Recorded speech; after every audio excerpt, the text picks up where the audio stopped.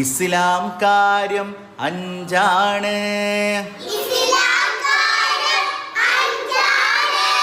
അവകൾ അറിയൽ ഫർളാണ്. ഈമാൻ ഇസ്ലാം അറിഞ്ഞില്ലെങ്കിൽ നരകം അവരുടെ വീടാണ്.